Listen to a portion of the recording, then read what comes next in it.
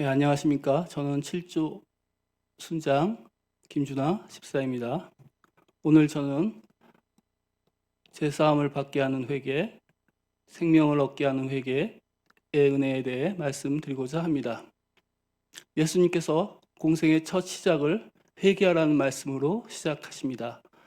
마태복음 4장 17절, 이때부터 예수께서 비로소 전파하여 이르시되 회개하라, 천국이 가까이 왔느니라 하시더라. 예수님의 공생의 첫 번째 말씀은 회개하라는 말씀입니다. 이 말씀이 동일하게 마가복음에도 나와 있습니다. 마가복음 1장 14절에서 15절. 요한이 잡힌 후 예수께서 갈릴리에 오셔서 하나님의 복음을 전파하여 이르시되 때가 찼고 하나님의 나라가 가까이 왔으니 회개하고 복음을 믿으라 하시더라. 회개와 복음 그리고 하나님의 나라는 굉장히 밀접한 상관관계가 있습니다. 회개해야 하나님의 나라 갈 수 있습니다. 회개하고 복음을 믿어야 하나님의 나라에 갈 수 있기 때문입니다. 그래서 예수님께서는 공생애를 시작하시며 첫 번째 말씀으로 회개하라는 말씀을 하고 계시는 것입니다. 아울러 동일하게 우리가 예수님께서 부활 후에 제자들에게 이렇게 말씀하십니다. 누가복음 24장 46절에서 48절 또 이르시되 이같이 그리스도가 고난을 받고 제3일에 죽은 자 가운데서 살아날 것과 그의 이름으로 죄사함을 받게 하는 회개가 예루살렘에서 시작하여 모든 족속에 전파될 것이 기록되었으니 너희는 이 모든 일의 증인이라. 예수님께서는 부활하신 후에 제자들에게 명령하십니다. 너희가 증인이 돼서 죄사함을 받게 하는 회개, 십자가 부활을 전파하라고 말씀하고 계십니다. 마찬가지입니다. 예수님께서는 오늘날 우리에게도 믿는 우리에게도 죄사함을 받는 회개, 십자가 부활을 전파하라고 하십니다. 그럼 회개란 무엇일까요? 회개는 뉘우치고 그 잘못을 고치는 것입니다. 그래서 회개는 다시 돌이키는 것을 말합니다. 하나님께 우리가 죄를 회개하고 다시는 죄를 짓지 않고 살아야 하는 것입니다. 이 회개와 회개의 뜻은 하나님께 우리가 나아가서 죄를 회개하면 하나님께서 우리를 십자가로 또 부활로 우리를 이끄셔서 우리로 하여금 구원을 받게 하는 것입니다. 회개는 두 과정으로 이루어져 있습니다. 첫 번째 과정은 죄를 회개하면 그 죄에 대한 벌을 받는 것입니다. 또 두 번째 과정은 다시는 그 죄를 다시 짓지 않는 것입니다. 예컨대 도둑질을 한 사람이나 강도를 한 사람은 반드시 회개하면 죄를 받아야 됩니다. 그리고 또한 다시는 도둑질을 또는 강도짓을 하지 않아야 합니다. 이것이 동일하게 회개의 전 과정에서도 적용됩니다. 회개의 첫 번째 과정은 우리가 하나님께 우리의 죄를 회개하면 하나님께서는 우리에게 그 죄에 대한 벌을 받으라고 말씀하십니다. 지금 죄의 벌은 뭘까요? 죄의 벌은 사망입니다. 죄의 삭은 사망이기 때문입니다. 우리에게 있어서 죄가 많고 적음은 아무런 상관이 없습니다. 오직 죄가 있느냐 없느냐, 즉 죄의 유무만이 중요합니다. 하나님께는 죄가 많든지 적든지 상관하지 않고 오직 죄가 있는 사람은 하나님께 가서 회개해야 되고 회개하면 하나님께 죽음의 벌을 받을 수밖에 없습니다. 그런데 이렇게 하나님 앞에 죽음의 벌을 받을 수밖에 없는 우리를 하나님께서는 십자가를 통해서 피할 길을 주십니다. 즉 우리가 죄를 회개하면 하나님께서 우리를 죽이셔야 하는데 그 죽일 때 하나님께서는 우리를 죽이지 않으시고 예수님을 대신 죽이시는 것입니다. 이를 구체적으로 자세히 말씀드리자면 우리가 죄를 회개하면 하나님께서는 공의의 하나님이시므로 공정하고 공평하셔서 믿는 사람이든 믿지 않는 사람이든 반드시 벌을 주실 수밖에 없습니다. 그런데 우리가 실제로 죽어버리면 우리는 곧바로 지옥 가게 되고 곧바로 죽고 또 이후에 지옥을 가게 됩니다. 그래서 하나님께서 우리를 물리적으로 실제로 죽이시면 우리를 구원하실 방법이 없습니다. 그래서 하나님께서는 새로운 방법을 만드셨습니다. 그것이 예수님의 죽음과 부활입니다. 우리가 죄를 회개하면 하나님께서는 내가 죽어야 되는데 예수님 앞에 데리고 가서 나는 너의 죽음 대신에 내 아들을 죽은 것으로 너의 죽음을 가름하겠다고 말씀하고 계십니다. 그러면서 하나님께서는 나는 이 예수의 죽음을 너의 죽음이라고 간주할 건데 너도 예수의 죽음을 너의 죽음이라고 믿겠느냐고 물어보십니다. 그때 내가 그 예수의 죽음이 저의 죽음임을 인정하면 하나님께서는 십자가 앞에 있는 예수님의 죽음을 없애시고 십자가 위에 내 죽음을 올려놓으십니다. 그래서 나는 하나님 앞에서 죽게 된 것입니다. 그래서 나는 죄의 벌, 죽음을 실제로 받게 됩니다. 이것을 성경의 갈라디아서 2장 20절은 이렇게 표현하고 있습니다. 내가 그리스도와 함께 십자가에 못 박혔나니 그런즉 이제는 내가 사는 것이 아니요 오직 내 안에 그리스도께서 사신 것이라고 말씀하고 있습니다. 즉 예수님이 죽으신 것은 물리적으로는 예수님이 죽었지만 믿음 안에서는 나와 예수님은 함께 죽었고 실제로 나는 예수님의 죽음이 내 죽음이 되어서 실제로 죽은 것입니다. 그래서 나는 더 이상 내 생명을 갖고 있지 않고 예수님의 부활로 가서 부활의 새 생명을 얻게 되는 것입니다. 성경에는 의인은 없나니 하나도 없고 또 모든 사람이 죄를 범하였음에 하나님의 영광에 이르지 못하였다고 분명히 밝힘으로 인해서 모든 사람이 죄인이고 모든 사람이 하나님 앞에 가서 죄를 회개하게 되면 모든 사람이 죽어야 함을 분명히 밝히고 있습니다.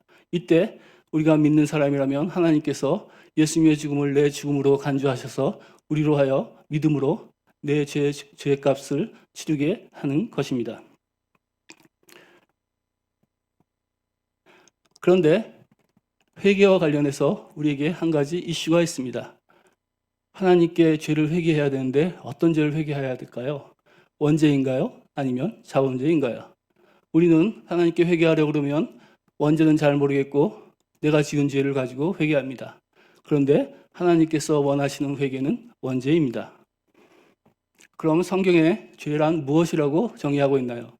예수님께서 요한복음 16장 9절에 분명히 말씀하고 계십니다. 죄에 대하여라 함은 그들이 나를 믿지 않는 것이라고 분명히 말씀하시고 계십니다. 그러므로 죄란 예수님을 믿지 않는 것, 즉 하나님을 믿지 않는 것이고 죄란 예수님께 순종하지 않는 것, 즉 하나님께 순종하지 않는 것입니다. 결국 예수님께서 말씀하신 죄의 정의는 이것입니다. 하나님을 믿지 않는 것, 하나님의 말씀을 따르지 않고 순종하지 않는 것입니다. 그러면 죄의 정의가 이러면 원죄와 자범죄는 무엇일까요? 원죄는 하나님을 믿지 않는 마음, 하나님을 순종하지 않는 마음이 원죄이고 그 마음에서 나오는 하나님을 믿지 않는 죄, 하나님께 순종하지 않는 죄가 자범죄입니다. 이를 우리 편에서 다시 말씀드리면 하나님을 믿지 않는 마음, 하나님께 순종하지 않는 마음은 우리 편에서는 나를 믿는 마음, 내 뜻에 순종하는 마음, 내가 주인된 마음을 의미하고 있습니다. 이것이 원죄입니다. 그리고 그 원죄의 마음에 따라서 내가 주인되어 내 마음대로 내 뜻대로 산 행위, 이것이 자원죄입니다. 창세기 2장 17절의 말씀에는 선악을 알게 하는 나무의 열매는 먹지 말라. 내가 먹는 날에는 반드시 죽으리라고 말씀하고 계십니다. 이에 대해서 사단이 하와에게 물어봅니다. 진짜로 먹으면 어떻게 되냐고 물어볼 때 하와는 이렇게 얘기합니다. 선악과를 먹지도 말고 만지도 말라. 너희가 그것을 그렇게 하면 혹시 죽을까 하노라 얘기하고 있습니다. 창세기 3장 4절에 사단은 이에 대해서 단언합니다. 너희가 결코 죽지 아니하리라고 말합니다. 하와가 선악과를 따먹은 이유는 이 사단의 말을 믿었기 때문입니다. 하나님의 말씀을 믿지 않고 죽지 아니하리라는 사단의 말을 믿었기 때문에 하와는 그 선악과를 따먹었습니다. 즉 하와가 그리고 아담이 선악과를 따먹은 것은 하나님의 말을 믿지 않은 것이고 하나님의 말씀을 순종하지 않은 것입니다. 이것이 죄입니다. 그래서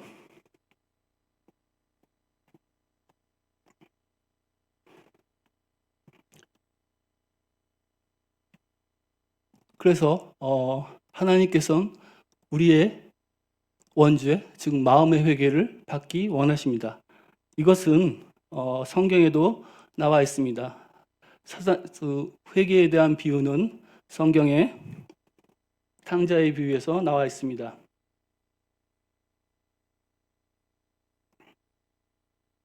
누가복음 15장 18절에서 19절. 누가복음 15장 10절. 내가 너희에게 이르노니 이와 같이 죄인 한 사람이 회개하면 하나님의 사자들 앞에 기쁨이 되느니라는 말씀으로 탕자의 비유는 시작되고 있습니다. 그리고 탕자가 모든 재산을 다 탕진한 후에 아버지에게 돌아가면 이렇게 말하겠다고 나와 있는 구절이 있습니다. 누가복음 15장 18절에서 19절입니다. 내가 일어나 아버지께 가서 이르기를 아버지 내가 하늘과 아버지께 죄를 지었사오니 지금부터는 아버지의 아들이라 일컬음을 감당하지 못하겠나이다. 나를 품꾼의 하나로 보소서 하리라. 죄를 지은 아들은 이제 더 이상 아들의 자격조차 없으니 아버지께 가서 나를 아들로 삼지 말고 단지 품꾼의 하나로 삼아달라는 말로써 자신의 마음을 나타내고 있습니다. 즉 자신의 진정한 마음의 회개를 품꾼이 되겠다는 말로 표현하고 있는 것입니다. 아버지는 탕자가 돈을 함부로 쓰고 또 자신이 죽지도 않았는데 유산을 분배해달라는 그런 모든 행위들을 기억하고 있지 않습니다. 오직 아들이 와서 아버지에게 진정한 마음의 사과를 할 때 그 모든 것을 용서하게 되는 것입니다. 그래서 이 탕자의 아버지의 비유의 말씀처럼 아버지가 원하는 것은 행위에 대한 사과가 아닌 진정한 마음의 사과입니다. 이는 우리의 일상의 삶에서도 마찬가지입니다. 왜 우리가 사과를 받고도 화를 낼까요? 화가 날까요? 그거는 행위에 대한 사과를 받았지만 그 마음에 대한 사과를 받지 않았을 때가 그런 경우입니다. 진정한 마음의 사과, 마음속에서 우러나는 그 표현, 마음속에서 우러나는 그 말을 들었을 때, 또 그 얼굴에 나타난 그 표정과 눈빛을 보았을 때, 이 사람이 진정으로 마음으로 회개하고 있구나, 진정으로 용서를 구하고 있구나 하고 느껴질 때 우리는 그 죄에 대해서 용서할 수 있는 것입니다. 그러므로 아버지는 아들의 행위가 아닌 아들의 그 마음에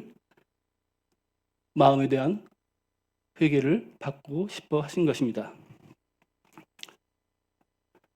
이사야 1장 2절의 말씀입니다. 하늘이여 들으라 땅이여 귀를 기울이라 여호와께서 말씀하시기를 내가 자식을 양육하였거늘 그들이 나를 거역하였도다. 소는 그 임자를 알고 나귀는 그 주인의 구유를 알건만은 이스라엘은 알지 못하고 나의 백성은 깨닫지 못하는도다 하셨도다. 하나님께서는 우리가 자신을 거역하는 그 마음, 그것이 가장 하나님은 섭섭하고 그 마음에 대해서 회개를 받고 싶어 하신 것입니다. 이것이 우리가 하나님께 해야 할 진정한 회개입니다. 회개의 첫 번째 과정이 회개하면 하나님께서 우리에게 벌을 주시기 때문에 우리의 죽음의 벌을 예수님이 대신해서 십자가의 지심으로 인해서 우리가 죄를 용서받았고 그 회개의 두 번째 과정은 제가 앞에서 말씀드린 것처럼 다시는 죄를 짓지 않고 살아야 하는 것입니다. 회개의 두 번째 과정, 다시는 죄를 짓지 않고 살려면 하나님께서 우리를 십자가에서 죽이셨듯이 다시 부활로 가서 예수님의 새 생명을 우리에게 주셔야 가능합니다. 즉 거듭나야 우리는 죄를 짓지 않고 살 수 있습니다.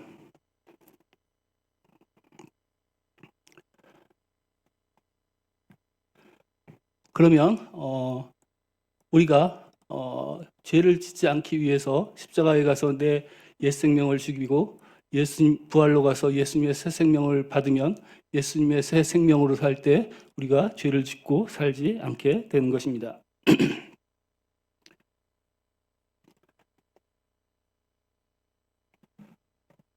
그런데 우리가 거듭나서 예수님의 생명으로 살려고 할 때 커다란 문제에 부딪히게 됩니다. 거듭났는데도 미운 사람은 여전히 믿고 화가 난 상황에서는 여전히 화가 난 나를 보게 됩니다. 왜 도대체 거듭났는데도 예수님의 생명대로 살지 못하고 있는 걸까요? 사도 바울은 이에 대해서 로마서 7장 22절에서 24절 말씀하고 있습니다. 내 속사람으로는 하나님의 법을 즐거워하되 내 지체 속에서 한 다른 법이 내 마음의 법과 싸워 내 지체 속에 있는 죄의 법으로 나를 사로잡는 것을 보는도다. 오라 나는 공고한 사람이로다. 이 사망의 몸에서 누가 나를 건져내랴 라는 말씀으로 이 상황에 대해서 설명하고 있습니다. 예수님의 생명으로 거듭난 이후에도 나는 여전히 옛 생명의 습관, 옛 생명의 본성이 남아 있습니다. 그렇기 때문에 예수님의 생명대로 살 수 없게 됩니다.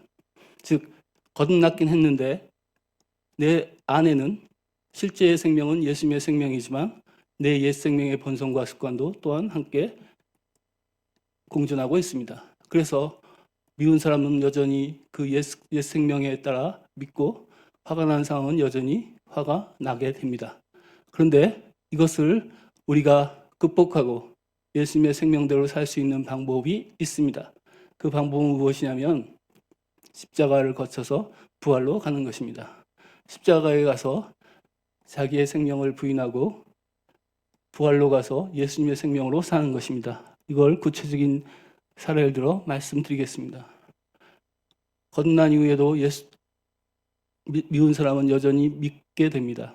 그러면 그 미운 사람을 보고 거친 행동으로 반응하지 말고 그 옛날에 그 사람을 위하였던 그 사람, 내 옛사람은 이미 죽었음을 십자가 앞에 가서 깨닫고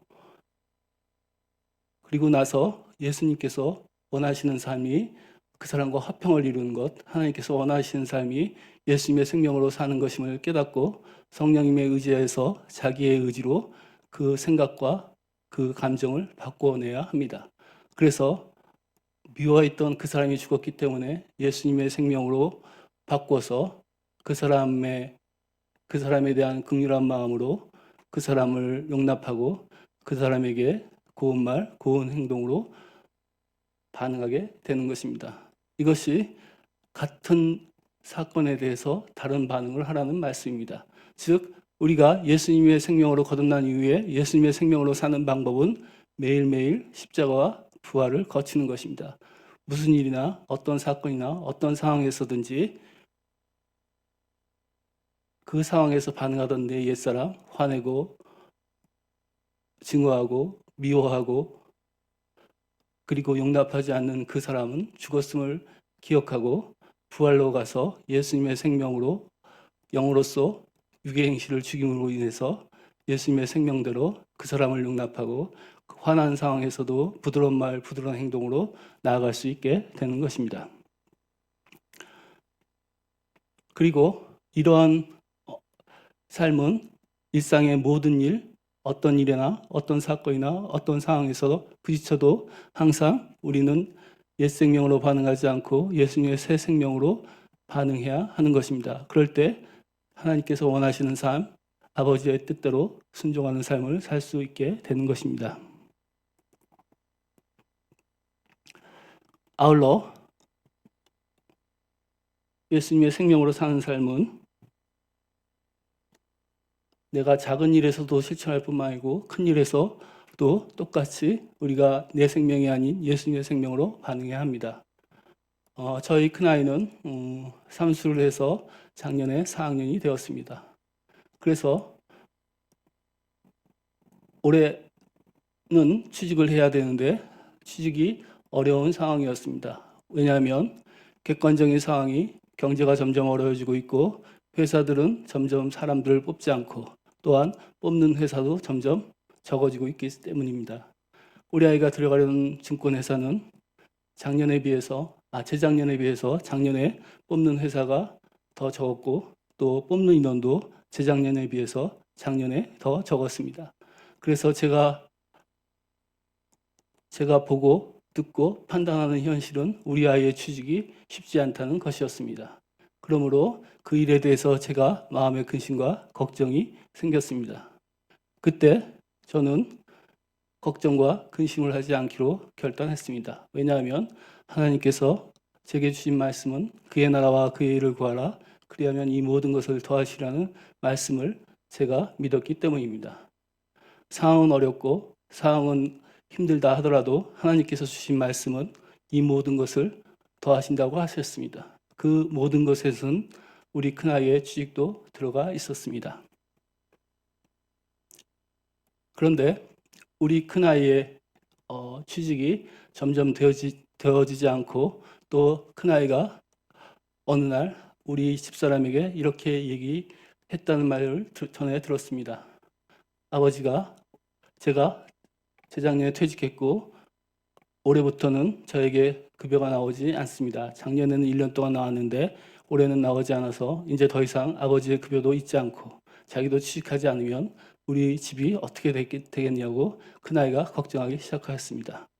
또한 그 와중에 또 큰아이가 기대를 걸고 있던 증권회사가 최종 면접에서 떨어졌다는 소식을 들었습니다. 그런데 제가 그 얘기를 듣고 우리 아이의 마음이 낮아진 걸 보고 또 그 아이의 확률이 점점 적어진 것을 보고 저는 이제 하나님께서 그 일을 하실 것이라는 믿음이 생겼습니다. 왜냐하면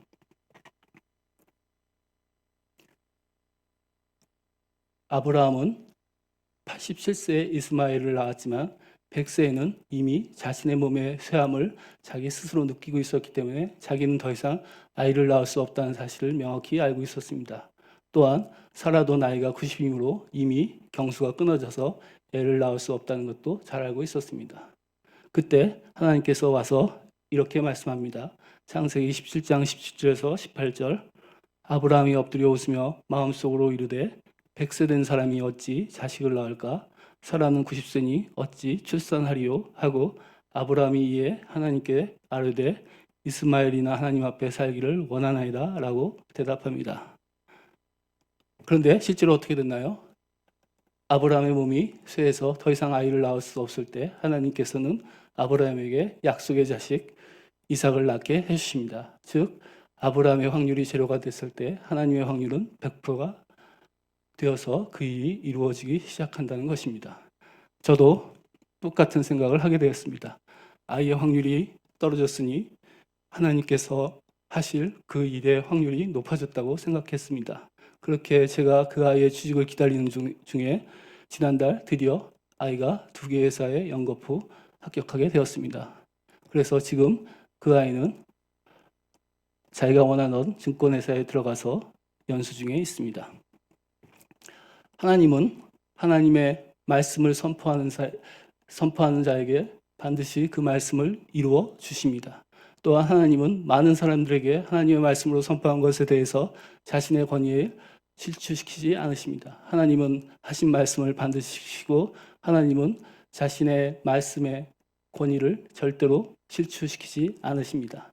그래서 저는 사실 이 일이 이루어지기 위해서 매일매일의 삶 가운데 하나님께서 그 일을 이루어질 것을 계속 기도하였고 또 순에서도 또 만나는 사람들마다 우리 아이가 취직이 어렵지만 그것은 내가 보이고 들리는 내 현실일 뿐이고 내가 가지고 있는 또 하나의 현실, 말씀으로 준 이 모든 것을 이루시리라는 그 말씀의 현실을 나는 붙들고 있고 그래서 우리 아이가 취직할 것을 나는 보게 될 것이라고 끊임없이 선포하고 있었습니다.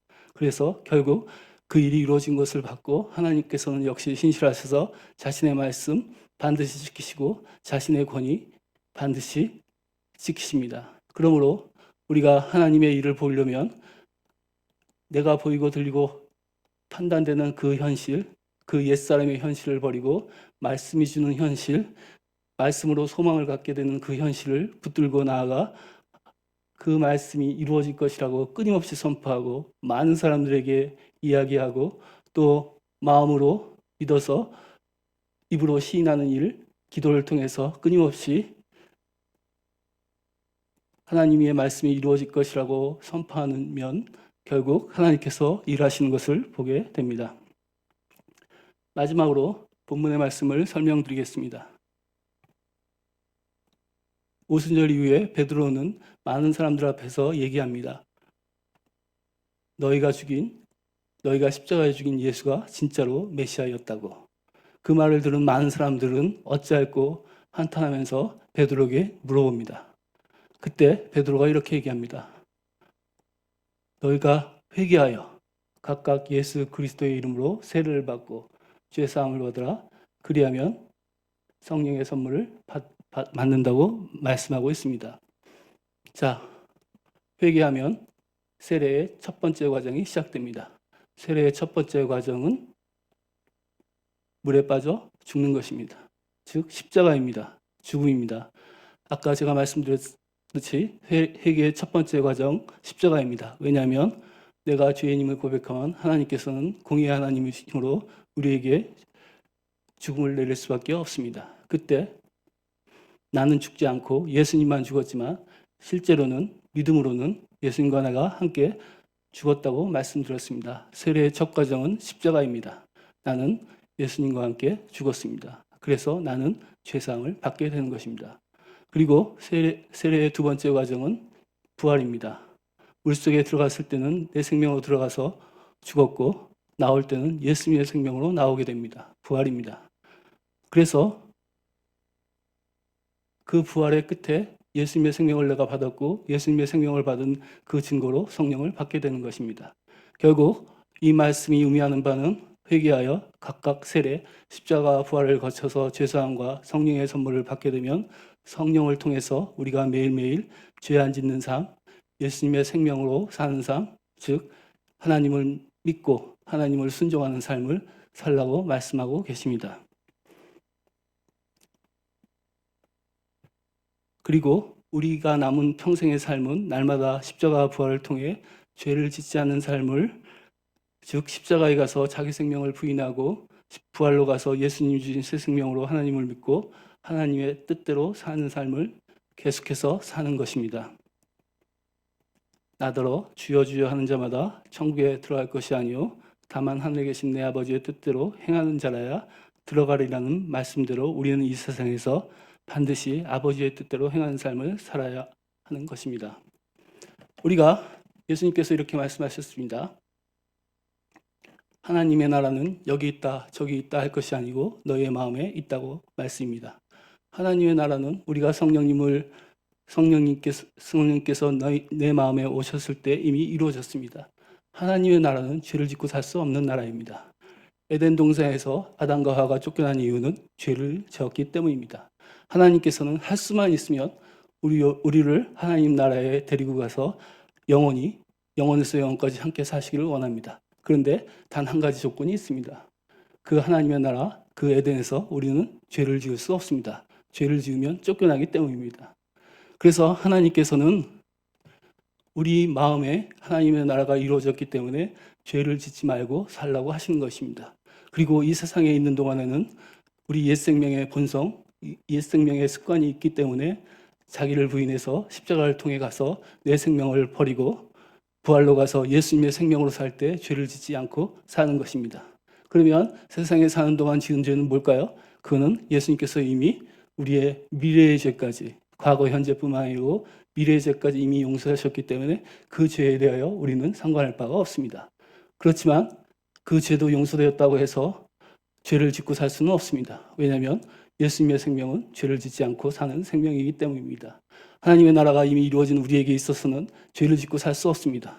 그러므로 매일매일의 삶 가운데 아버지의 뜻대로 사는 삶, 아버지의 말씀을 믿는 삶, 이 삶을 우리가 10번에 한 번, 10번에 두 번, 10번에 세 번 이렇게 차츰 장성한 분량까지 살아내야 합니다. 이것이 성화의 과정입니다. 하나님께서는 우리에게 이 땅에서 이미 이루어진 하나님의 나라를 누리기 위해서 이 성화를 통해서 매일매일의 삶 가운데 죄를 짓지 않는 삶을 살면 하나님께서 우리와 함께 하시고 하나님을 우리가 보게 되는 삶을 살 수 있게 됩니다. 예수님께서 이렇게 말씀하셨습니다. 내 계명을 지키는 자라야 나를 사랑하는 자고 나를 사랑하는 자는 아버지께서도 그를 사랑한다고 말씀하고 계십니다. 그리고 마지막으로 이렇게 말씀하십니다. 나를 사랑하는 자에게 내가 그에게 나를 나타내시라고 말씀하고 계십니다. 우리의 삶 가운데 예수님의 은혜, 예수님의 함께하심, 하나님의 임재 없는 이유는 아버지의 뜻대로 살지 않기 때문입니다. 계명을 지키는 삶, 아버지의 뜻대로 사는 삶입니다. 예수님께서 산상수훈에서 말씀하시는 원수를 사랑하라, 악인을 선대하라는 말씀 모든 것을 우리가 지키며 살아야 됩니다. 그것이 하나님께서 우리에게 원하는 삶입니다. 왜냐하면 그게 하나님이 원하시는 뜻이고 하나님의 말씀을 순종하는 것이기 때문입니다. 오늘 제 말씀을 끝까지 들어주셔서 감사합니다.